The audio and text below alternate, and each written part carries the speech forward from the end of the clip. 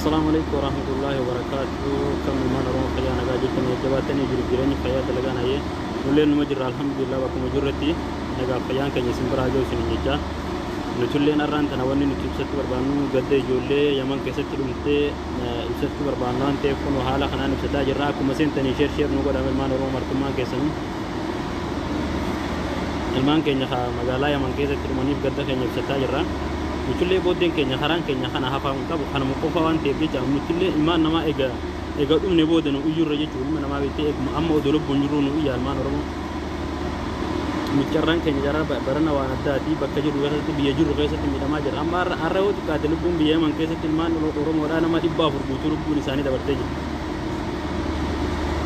كونوا نتشالا خنا قد كينيا نفسدا جرا المان كينيا ورمو ورد ماني مسربين جنة تاخن نبي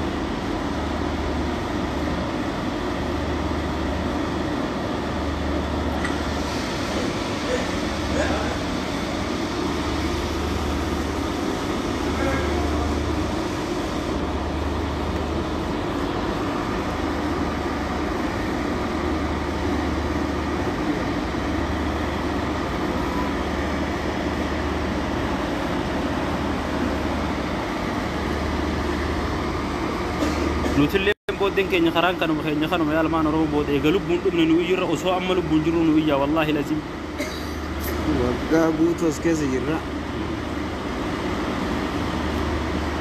كابسيس كابسيس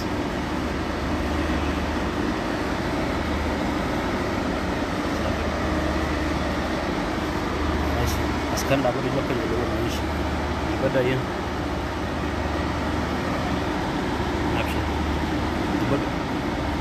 لما دائما إذا يوم كيسكتي سجل الفوت باي قد بودانو كعمل كيس أكا لمي توكوتي تقد بودانو كعمل جرا أكا وكل مرة بتجي ما والله قد بودانو الجرار من هذا جدا متربيا كيسا قد نترى كعمل شو كاسك من هذا كيسا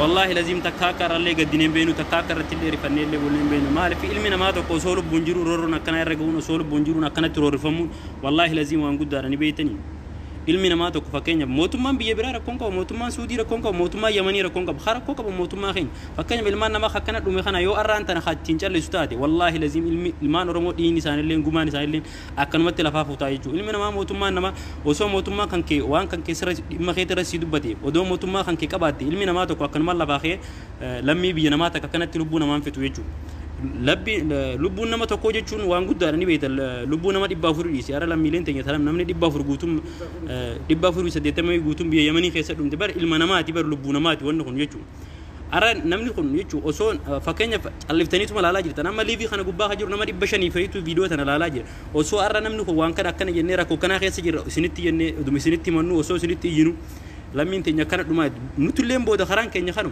أكو ما يلا لا قرتن كان أكو ما لا تني ألفتن كان أكو yang gertali calif tangkan ati boda be kadul mina mata ko ega lubun dumi ega nutullen gubanne dum ni yura o so lubun juru o so no khessa jurtu wallahi lazim lammi tan no iya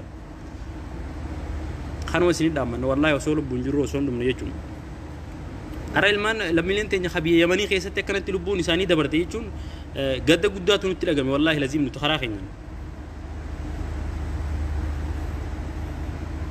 tandi wan qabli chibe yusami hada يا ده اسمعين كنا ايش تبرمه سجل الخاص اسمعين كنو بربادا نموني غرتي چرا ارغتان ككخينيا چرا نرغتين هدو جرا ور بلبل اركان كم نيچودا بلبل انكبني هدو دررما جرا اسمتي نما غرتي نما سدي ممال دويتي جانسودي نيسي ati gabaabumatti waggaa dheeraadha as keessatti dararamaa jirru jechuudha. Uffata malee ziyyineetii hanga iyyamee wanni sana achumaan callisamee jechaadha. Kanaafuu lammii teenya callisuu hin qabdanii nuuf iyyaa isanii jechuu barbaada. Dhaamsi kiyya kanuma akkasiiti jechuudha. Ilmaan Oromoo asirratti suuraa tanaa fi viidiyoo tana ilaalaa jirtan liivii kanarra jirtan jechuudha. Wanti isin nu gochuu qabdan tokko yoo jiraate viidiyoo tana sheer godha.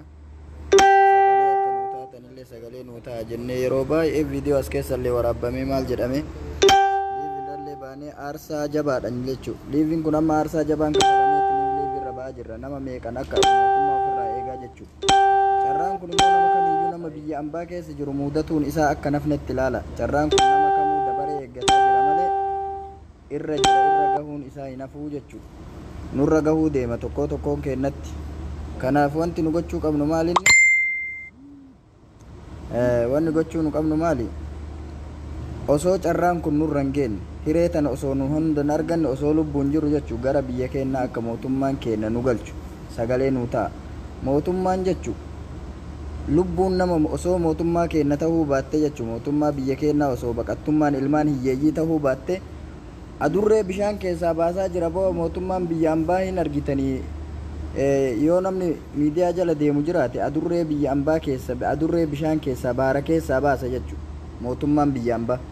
Mootummaan biyya keenyaa garuu lubbuu nama tokkoo aarsaa lubbuu nama tokkoo lubbuu isaa baraaruuf jecha wanni inni tattaafatu tokko hin jiru. Tattaaffii mootummaan keenya nuu godhaa jiru takka hin jiru jechuudha. Bakka kamittuu dara yaadannee fi dhiphannee maal jennee tumaa fi waan adda addaatiin keessa dararamuun immoo waan ulfaata. Hiree tana nama kamuu hin muudin immoo rabbiin jechuudha. Maaliifii waan bara baranaa ta'aa jiru kana jechuudha. Hireen nama kamiyyuu hin muudin. Ilmaan Oromoo sagalee nuu taha. Carraan osoo ilmaan ijoollee Yamanitti irra geette san osoo nurra hin gahin Suudilleen dabaree eeggataa jirti malee jechuudha. Namni walirra laallata waan tokko. Okay, tuni yoo ka cal'ifamtu taate mootummaan biyya keenyaa dhimmamee nama kana yoo as keessaa daddaffitti hatantamaan hin fudhanne ka taatu taate hireen nu eeggatu dhumuudha malee wanni biraa hin jiru jechuudha. Akkuma jara saniititti bakka takkatti waddamna jechuudha. Suuraan suni viidiyoon sun yeroo ammaa kana garuu nullee qaaman bakka san jiraannee argina osoo hin taane yaani miidiyaa irratti argaa jirra jechuudha. Sooshaal miidiyaa irratti miidiyaan illee waan kanarratti sagalee nuu taheetiin akka wanti suni yaani mul'atuu qabu gochuu qaba. Maaliifii cal'ifamuu hin qabu jechuudha. Miidiyaaleen Oromoo jirtan kallattii kamittuu hojiirra oolchaa hojiin dalagaadhaa wanti tokko akka qaba. Dhiifama namatu nurratti bilbilee keessaa baaneti. Kanaaf wanni jechuu dandeenyu maalinni akka mootummaan qabatamaan hojiitti jijjiiru sagalee qofa ta'anii iyyanii torbee takkaaf irraa buhuu osoo hin taane nama 300 hin galchaa jirra maal jedhanii yeroo baay'ee baxxansaa jiran wanti ta'e namni hidhaa keessa jiru yaa'anii miliyoona tokko yoo ta'e namni 300 hin guyyarraa galchanii na shiika qaba takka hiinni wayiitu hin jiru. Amata sadii nutti naanna'aa jechuu osoo mana hidhaa kana keessa jiru nama 300 hin guyyarraa yoo mootummaan torbee takka keessatti gagalchu taate kallattii kamiinuu nu amata lama yookaan amata sadii carraan nu keessa nu as keessatti nu eeggatu jechuudha. Amata lama amata sadii eegnee jennaan immoo mootummaan hambaa nama hifate dhiiroo. Namni immoo obsa dhabnee namni nullee obsa dhabnee harka mootummaa bu'aa jirra. Hamma dheengadda as keessatti jechuudha. Nama obsa dhabanii lagannaa nyaataa godhanii lagannaa nyaataa jechuun immoo tattaaffiidha. Tattaaffii gootee waan tokko sosochii mootummaan tokko nurra jiru jechuudha. Nyaata uffatatti keessanitti nyaata silaa nuun kadhattan adiin. Sababuma san jechuudha mootummaan nutti mata ol duuteetiin nama lubbuu nama ajjeeftee dabarsite lubbuu nama immoo darararraan jirti jechuudha yeroo ammaa.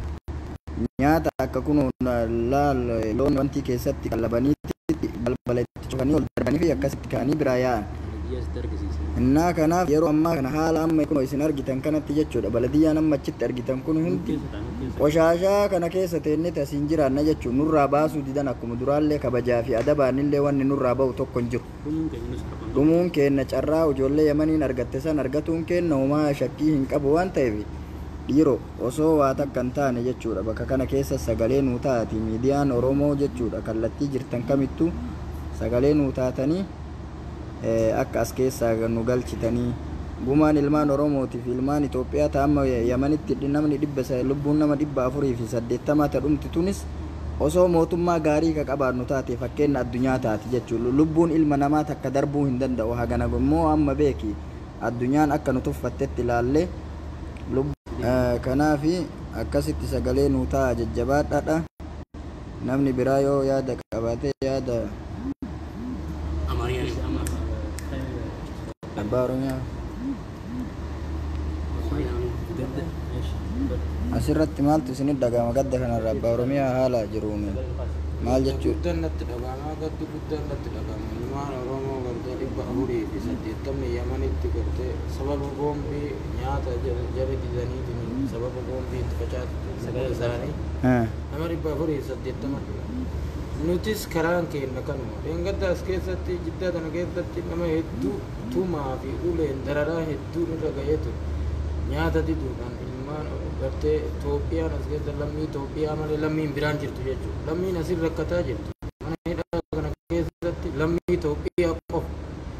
Lammii Itoophiyaa kana akka nama mootummaan qabneetitti maaf dararamnaa, maaf lubbuun teenna dhabamti, mootummaan keenya maaf callisee waan kana argaa jira. Miidiyaa adda addaalleen argaa jiranii namni illee liibii seenee gisee hunda dararaa kana himaa jira.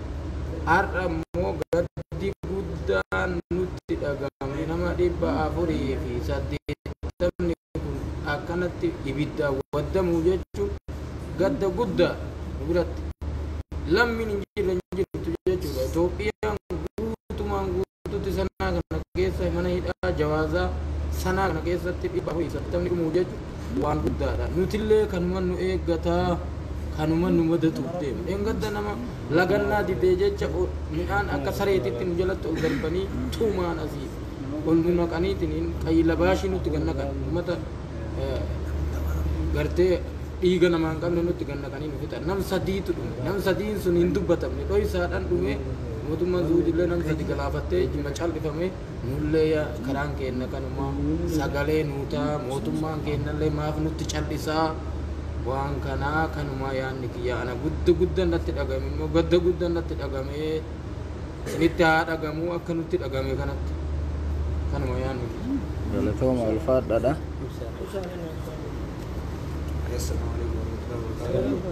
Kan mau walitti ansee beektee manni Oromoo kameratti amma duras nuti jaman keessa turre turre tokko tokkoon godhumaa jiru hedduudha. Garuu ta'e tokko tokkoon sun beekamne irra guyyaa irraan tana hoggaa'u namni xaanii kun hoggaa'u dhume uummata Oromoo kanatti mee maalummaa haa dhagahamu.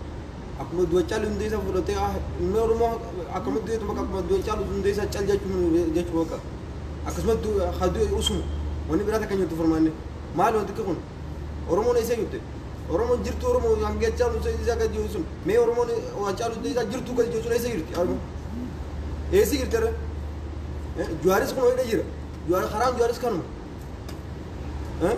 sani mo kole kabate mas shimesi dadi vi kana kan to kaitis warre na mantana galaji mal majam woni galaji rata kan jitu warra alla daga bani malakan malakan galu berbadu yayi ambasin malakan nam galcha jira sani ummato soba jira male namni hida kay jiru kan im galcha yu to kon jiru agala jiru so kon jiru alla rai warra malakan galaji ru galo jira sani warre mani da kay jiru galu jira yani kijibe ma jira amma tanati nama to ko nura ben garresi mani da kaysa unus wan kijibete makano ma yan kayya Galatoomii ulfaadha ilmaan Oromoo asirra seentanii liibii kan hordofuu keessaniifillee haala waa hundaatittu immoo furmaata barbaannaa furmaata asii akka itti nu mootummaan kun asii nu fuudhu sagalee nuu ta'a bakka jirtanitti wanni nu gochuu dandeenyu yeroo baay'ee maalinni sagalee nuu ta'a tana sagalee kadhataa jirra namni tokko bakka kanaa dhufaa nu baasaa humni ittiin isin dhuftanii nu baaftan tokko hin jiru as keessaa jechuudha sagalee qofa nuu ta'a sa'eennu viidiyoo tana sheer nu godha addunyaa waliin gaha akka sagalee mootummaa irraa argannutti jijjiirama wanti tokko dhufuu qaba as keessatti namni 300 guyyaa yookaan torbetti galu kunillee wanni hiika inni qabu takka hin jiru nama asirraa galu tokkollee argine akkuma amreef obboleessi kenna jedhe nama asirraa galu argine nama jiizaan irraa dhufee amata tokkoo fi ji'a 5 as keessa jirutu jira inni kan galle carraan nama biraa immoo ka hin gala jennee nu abdannu tokko hin jiru nu warri isa duubaa silaa kanaa amata 3 eegganna jechuudha amata 3 sanitti hin jirraa fi hin gallaan immoo hin beekamu gaafa yookaan carraan nu mudatu yookaan akka carraa ijoollee Yamanii kana kanaaf inshaallah haala waa hundarrattu jireenyi ulfaataa tahee jira as keessatti illee haalli uffannaa tokkoon amata tokko taa'uu jechuun hin jireenyu fixxee uffata namni nurraa jijjiiraa jiru hin jiru mallayni hin seenu wanni takka wanni asitti seenee yookaan waa jijjiirannu tokko hin jiru waan ta'eef kanaaf wanni nu gochuu dandeenyu hin jiru uffata tokkoon amata tokko teennee jirra obsillee daangaa qaba obsineellee jirra yoo filatamaa tahe immoo obsi daangaa tare boodatti lubbuu teenna yookaan ullee gaaga'amarraan ga'uun kenna waan hin hafneef osoo lubbuu teenna gaaga'amarraan hin geenne mootummaan furmaata nu haa godhu furmaata nu gochuun dirqama mootummaa keenya irratti jedha akkas inshaallah afaan Tigriffaatiin obboleessa keenya tokkotu haasaa jedhaa jira በአማርኛ ነው በትግርኛ እሺ አማሪፋ ፊ ኦሮሚፋ ኤኑ ትግሪፋ ለንን ድቢፋ ጀዳ አካሲቲ ሜ ምንድነው እዚህ ላይ ሐሳብ ያለህ ማለት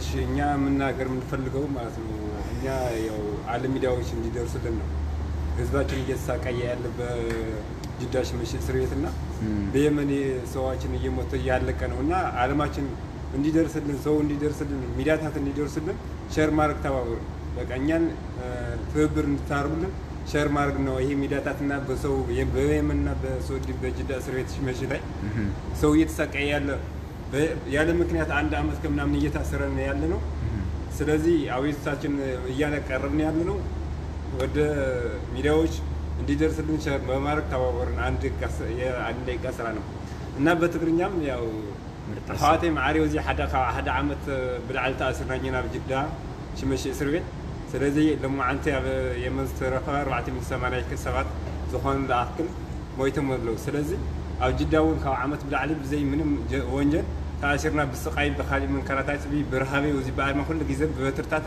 ንሕልፍ ኣለና ስለዚህ ይሄ ዘውዝኛ ነገራት ዘውዝኛ ስቃይና ሚዲያታት በፅሕና ዓለም ክፈልጠልና ሸር ብምግባር ተሓዋርና ታንክ ዩ ካኖማ namni yaada biraa qabaatee yoo jiraate Abdullah Amaranya tanaga Naba Amaranya tanaga Oke akkana inshallah jajjabaadhaadha Muhammad Zila ايش خلاص نتيلين دراي قد نتبسطوا بربان قد مخينا المان ورمو خاي مقالا يا من كيست دماني في نتيلين بس خران كان يبود نسا خان وتو سنيد امني اصول بنجرون ويا سن جني خان مسنيد دبتا جرا اسمان قد خنيا لبسني بس وان جرو چلفنيتا اوريو بود دبنيت ما يود من لي اسمان دم نجني بيتي سني باني دبتو جرا دبنو لي نمني فرمات نو في دنجرو موتمان كينيا خكناتي اسني خو دبتن فكانيا بغيا لمتو كو دبتني چلستني مال في علم ما تو كو بكدو هنگ دبتو كبا هنگ اوبسول لي والله لازم ما انت ادو obsafit annejira halam ilman oromo tiduma jiran kana boden karan kenyalle wallahi takka wanta ko ana fakabu mitini beta khanafu odolu bunjuru osonu khaysa yurtu wallahi no dokaba khana sin dammanna mo iddu takonu galato mada naga nu jira dada anga gize